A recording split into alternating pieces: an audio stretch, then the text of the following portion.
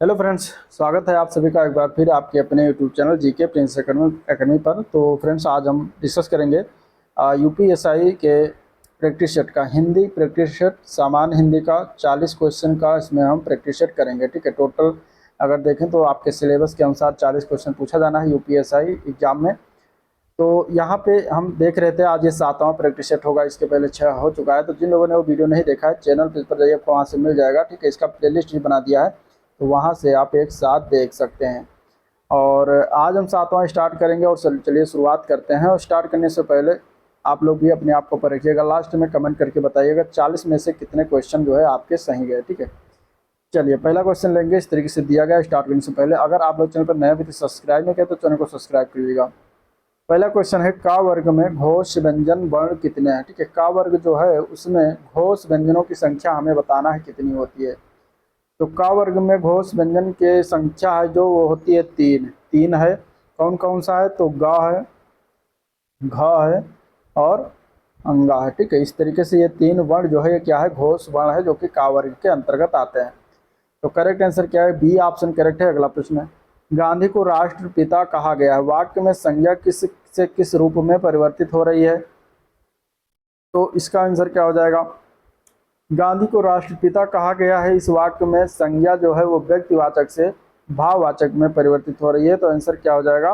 भाववाचक, व्यक्तिवाचक से भाववाचक में जा रहा है। तो आंसर क्या है? सी ऑप्शन इसका राइट है। ठीक है, क्वेश्चन नंबर 3 है, लड़के को बुलाओ में सामान्य बहुवचन बताना है इसका। लड़के को बुलाओ, इसका सामान्य बहुवचन क्या होगा ये बताना है।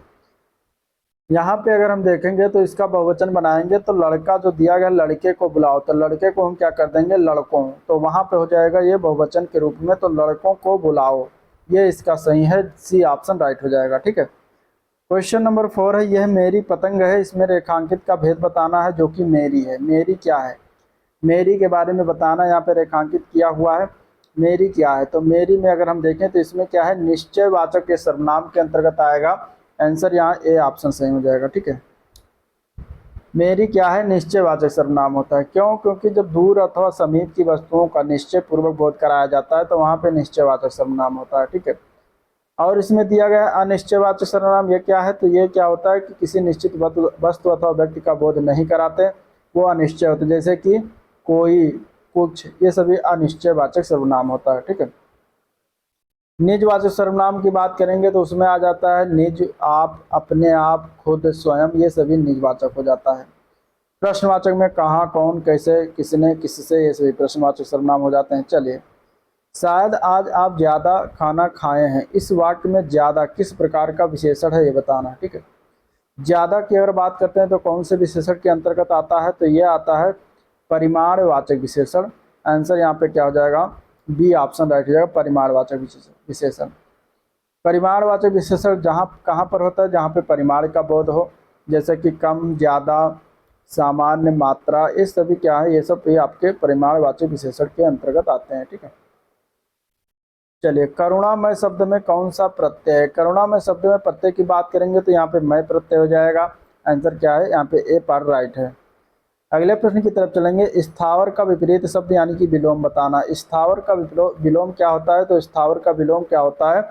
डी ऑप्शन करेक्ट है, जंगम होता है। आंसर यहाँ पे डी हो जाएगा। ठीक है, सेवक क्या विलोम क्या हो जाएगा? स्वामी हो जाएगा। ठीक है, क्षुद्र जो दिया गया है इसका विलोम क्या होता है? क्षुद्र का होता है विशाल विलोम, इसका विलोम क्या होता है? विशाल। ठीक है, क्षुद्र का विलोम क्या हो जाता है? विशाल हो जाता है। चलिए, मोक्ष की इच्छा रखने वाले को एक शब्द में क्या कहते हैं? मोक्ष की इच्छा रखने वाले को, इसको हम क्या कहेंगे? इसका आंसर क्या हो जाएगा? तो आंसर इसका सही है, बी ऑप्शन, मुमुक्षु। उसको क्या कहते हैं? मुमुक्षु कहते हैं। ठीक है, कर्मठ हम उसको कहते हैं जो कार्य में संलग्न रहे। जिज्ञासु किसे कहेंगे? जो जानने की इच्छा रखता हो। वह जल्दी चला गया, इस वाक्य में हमें फिल्म द ब्लैक्स करना है। यहाँ पे भरना है ट्रेन पकड़, वो जल्दी चला गया, ट्रेन पकड़ सके, बीच में हमें भरना है। यहाँ पे कौन सा शब्द भरा जाएगा जिससे कि ये वाक्य पूर्ण हो जाएगा? तो यहाँ पे क्या हो जाएगा? देखिए, वह जल्दी चला गया ताकि ट्रेन पकड़ सके, तो यहाँ पे ताकि शब्द हो जाएगा। आंसर यहाँ पे ए ऑप्शन राइट हो जाएगा। ठीक है, ए ऑप्शन क्या है? राइट हो जाएगा। चलिए, अब प्रश्न संख्या 10, 11, 12, आपको इस गद्यांश को पढ़ के उत्तर देना है। गद्यांश आप वीडियो पॉज करके पढ़ लीजिएगा। चलते हैं क्वेश्चन की तरफ। पहला क्वेश्चन गद्यांश है कि बेहतर के लिए कौन सा अर्थ हिंदी में सही है। बेहतर के लिए हिंदी में कौन सा अर्थ होगा ये बताना है। बेहतर के लिए यहाँ पे अगर हम देखें तो बेहतर मतलब अच्छा, इसका राइट आंसर हो जाएगा। अच्छा मतलब बेहतर, बेहतर माने अच्छा, तो आंसर ए पार्ट करेक्ट। दैनिक जीवन में किस स्तर पर कार्य करने वालों से हम मिलते हैं, तो गद्यांश के अनुसार यहाँ पे आंसर हो जाएगा उच्च एवं निम्न स्तर पर, आंसर बी ऑप्शन हो जाएगा। ठीक है। उपयुक्त गद्यांश के लिए उपयुक्त शीर्षक कौन सा होगा। गद्यांश जब आप पढ़ेंगे तो आपको पता चलेगा उसमें किसमें किसके बारे में बातें कही गई बेसिकली। तो कर्मनिष्ठा की महिमा, यहाँ पे राइट आंसर हो जाएगा इसका। गद्यांश क्या बनेगा, बी ऑप्शन करेक्ट हो जाएगा। ठीक है। चलिए, बीती विभावरी जागरी, अंबर पनघट में डूबो रही, तारा घट उषा नागरी, इस वाक्य में कौन सा अलंकार बताना। बताइए इसका आंसर क्या हो जाएगा, किस ऑप्शन में दिया गया है। तो यहाँ पे अगर हम देखें तो गुण की अत्यंत समानता कहाँ पर दिया गया है, इसमें अगर हम देखेंगे तो ये रूपक अलंकार के अंतर्गत आएगा। ठीक है, रूपक अलंकार के अंतर्गत आएगा। ठीक है। चलिए, हिंदी गद्य का सर्वप्रथम युग किसे माना जाता है। हिंदी गद्य का सर्वप्रथम युग जो है वो है भारतेंदु युग, आंसर ए पार्ट करेक्ट है। जो कि ये शुरुआत होता है 1850 से लेकर 1900 ईस्वी तक। ठीक है, तो ये होता है पहला युग, प्रथम युग माना जाता है हिंदी गद्य का। तो आंसर यहाँ ए ऑप्शन राइट हो जाएगा। द्विवेदी युग जो है वो 1900 से लेकर सन 1900 से लेकर 1918 तक रहता है, द्विवेदी युग कहा जाता है उसको। ठीक है, तो इस तरीके से आंसर क्या हो जाएगा, ए पार्ट करेक्ट हो जाएगा। चलिए, क्वेश्चन नंबर 15, हिंदी के सफलतम उपन्यासों में गिना जाने वाला आपका बंटी की उपन्यासकार कौन है, मतलब ये किसके द्वारा लिखा गया है ये बताना है बेसिकली। तो आपका बंटी जो है ये मन्नू भंडारी के द्वारा लिखित है, तो आंसर ए पार्ट इसका राइट है, मन्नू भंडारी। इसमें आपकी बंटी जो उपन्यास है इसमें तलाकशुदा दंपति के बच्चों पर पड़ने वाले दुष्प्रभाव का निरूपण किया गया है। ठीक है। चलिए, कहानी नई कहानी ये किसकी कृति है। कहानी नई कहानी की बात करेंगे तो ये लिखा गया है किसके द्वारा, तो नामवर सिंह के द्वारा लिखा गया है, आंसर डी ऑप्शन इसका राइट है, नामवर सिंह। इन्हें साहित्य अकादमी पुरस्कार 1971 से नवाजा गया था। किस किस कृति के लिए नवाजा गया था, तो उसका नाम क्या था, वो था कविता के नए प्रतिमान। ठीक है, जो कविता के नए प्रतिमान इनकी जो पुस्तक है उसके लिए जो है इन्हें साहित्य अकादमी पुरस्कार 1971 में दिया गया था, तो ये याद रखिएगा। चलिए, ज्ञानपीठ पुरस्कार 2017 से सम्मानित हिंदी साहित्यकार इनमें से कौन है, उनका नाम बताना है, कौन हो जाएंगे। उनका नाम है कृष्णा सोबती, जिन्हें दिया गया था 2017 का ज्ञानपीठ पुरस्कार। 2020 का 56वां ज्ञानपीठ पुरस्कार कवि नीलमणि फुकन को जूनियर को दिया गया था, और 57वां 2021 का पुरस्कार दामोदर मावजो को दिया गया था, उपन्यासकार जो कोंकणी उपन्यासकार हैं। ठीक है। भारत भारती पुरस्कार इनमें से किसको सबसे पहले मिला। भारत भारती पुरस्कार इनमें से देखते हैं तो सबसे पहले किसको दिया गया है, तो यह प्रदान किया गया है डी पार्ट, महादेवी वर्मा को प्रदान किया गया है। किसको दिया गया है, महादेवी वर्मा को प्रदान किया गया है, आंसर यहाँ पे हो जाएगा डी ऑप्शन। ठीक है, आंसर क्या हो जाएगा, डी ऑप्शन इसका राइट है, महादेवी वर्मा को। चलिए, नेक्स्ट क्वेश्चन देखते हैं। क्वेश्चन नंबर 19, इनमें से हिंदी की आदि जननी कौन है ये बताना। हिंदी की आदि जननी, हिंदी की आदि जननी की जब बात करेंगे तो वो आ जाएगा अपनी संस्कृत। ठीक है, संस्कृत से हिंदी निकलती है, तो यहाँ पे संस्कृत इसका राइट आंसर हो जाएगा, संस्कृत। ठीक है, संस्कृत इसका क्या है, राइट आंसर हो जाएगा। संस्कृत जो है भारत की सबसे प्राचीन भाषा है, इसे देव भाषा भी कहा जाता है। इनमें से कौन सी भाषा भारोपीय भाषा परिवार की शाखा है इनमें से, तो भारोपीय परिवार की भाषा इसमें से देखा जाएगा तो वो है आर्मीनी भाषा। आर्मीनी भाषा जो है ये भारोपीय परिवार की शाखा है। ठीक है, तो आंसर क्या है यहाँ पे, सी ऑप्शन करेक्ट है। चलिए, क्वेश्चन नंबर 21 बताइए, दंत वत्सर अल्प प्राण अघोष वर्ण का उदाहरण कौन सा है, मतलब ये सभी किस वर्ण पर लागू होता है बेसिकली ये बताना है। इसका आंसर क्या है, तो ये सभी जो है ता वर्ण के बारे में है। ता क्या है, दंत है, वत्सर है और अल्प प्राण है और अघोष है, तो आंसर हो जाएगा डी ऑप्शन। चलिए, नेक्स्ट क्वेश्चन है, लोभ शब्द संज्ञा का कौन सा प्रकार है। लोभ शब्द किस प्रकार की संज्ञा का उदाहरण। लोभ शब्द जो आता है ये, लोभ शब्द जो है ये भाववाचक संज्ञा के अंतर्गत आता है, आंसर ए पार्ट हो जाएगा। ठीक है। चलिए, विकल्पों में से स्त्रीलिंग शब्द का चयन करें। इनमें से विकल्पों में से स्त्रीलिंग शब्द का चयन यहाँ पे अगर देखा जाए तो अग्रजा शब्द है, आंसर बी ऑप्शन हो जाएगा। यहाँ पे स्त्रीलिंग शब्द है। निम्नलिखित में से कौन सा शब्द एक वचन में सदैव प्रयुक्त किया जाता है, उसका नाम बताना है। तो यहाँ पे अगर हम देखते हैं तो आंसर हो जाएगा ए पार्ट। सहायता शब्द हमेशा एक वचन में प्रयोग किया जाता है, जबकि पुस्तक का बहुवचन पुस्तकें हो जाता है, लड़का का बहुवचन लड़के और पौधा का बहुवचन पौधे हो जाता है। तो आंसर क्या हो जाएगा, ए पार्ट। सहायता हमेशा क्या है, एक वचन में प्रयोग किया जाता है। अगले प्रश्न की तरफ बढ़ते हैं। हे राम मेरी रक्षा करो, इस वाक्य में कौन सा कारक है ये बताना है। ठीक है, इसमें कारक बताना है। कारक कौन सा हो जाएगा इसमें, 25 का आंसर क्या है, तो यहाँ पे डी ऑप्शन हो जाएगा। संबोधन कारक का ये उदाहरण है। ठीक है, संबोधन कारक का उदाहरण। चलिए, जिस क्रिया पर प्रभाव पड़े उसे क्या कहा जाता है। तो जिस क्रिया पर प्रभाव पड़े उसको हम कहते हैं कर्म। क्या कहते हैं, कर्म कहते हैं। जिस पर क्रिया का प्रभाव पड़ता हो उसको हम कहेंगे कर्म। तो आंसर क्या है यहाँ पे, आंसर यहाँ पर सी ऑप्शन राइट है। क्वेश्चन नंबर 27 है। निम्नलिखित में से कौन सा विशेषण नहीं है इनमें से।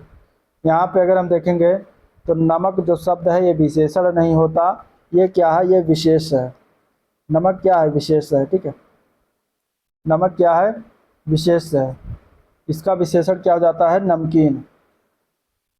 कितने प्रश्न करने हैं, वाक्य में विशेषण का कौन सा भेद है। अब यहाँ पे आप देख सकते हैं प्रश्नवाचक चिन्ह लगा है लास्ट में, लेकिन यहाँ पे पूछा जा रहा है कितने प्रश्न करने हैं, तो यहाँ पे संख्यावाचक हो जाएगा। ठीक है, क्योंकि जिस शब्द से संज्ञा या सर्वनाम की संख्या लक्षण हो जाते हैं वहाँ पे संख्यावाचक विशेषण हो जाता है। तो आंसर क्या हो जाएगा, विशेषण अगर पूछा जाएगा तो प्रश्नवाचक लगा है तो प्रश्नवाचक विशेषण नहीं होगा।